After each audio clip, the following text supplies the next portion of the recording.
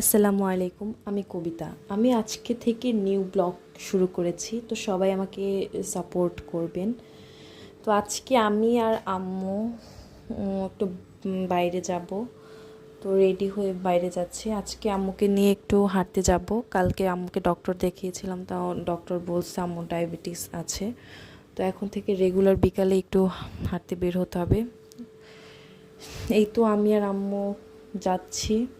আমাদের এই রাস্তাটা খুবই ছোট, একজন মানুষই ঠিকঠাক মতো হাঁটতে পারে না, তো কষ্ট হয় আর কি। তো কষ্ট করেই যাচ্ছি আর কি। এই তো মেন রাস্তায় উঠে গেলাম। আজকে মানুষ খুবই কম ছিল, খুবই কম ছিল। পুরো রাস্তায় ধরতে গেলে ফাঁকা ছিল। এই তো এই রাস্তাটা যে এত খারাপ, পাহাড়ের মতো একটা রাস্তা, উঁচা নিচা রাস্তা কেটেছে, তো তাই খুব কষ্ট হয়। এই যে কুকুরটারও আসতে খুব কষ্ট হয়েছে। হাঁটলাম কিছুক্ষণ, হাঁটাহাঁটি করে বাসায় যাচ্ছি। বাসায় যেতে যেতে সন্ধ্যা হয়েছে। সন্ধ্যা অবশ্য হবেই, কারণ আমরা আসরের নামাজ পড়ে বের হয়েছিলাম।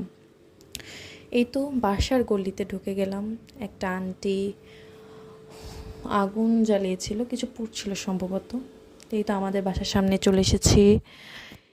এরপর আম্মু গেট খুলছে, চাবি খুঁজছিল, তো এই যে গেট খোলা শেষ। এখন উপরে যাব।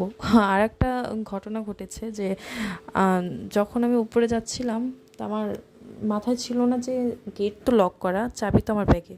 আমি যেই দরজা খুলছি, আমার আর মনে ছিল না যে দরজা তো লক করা।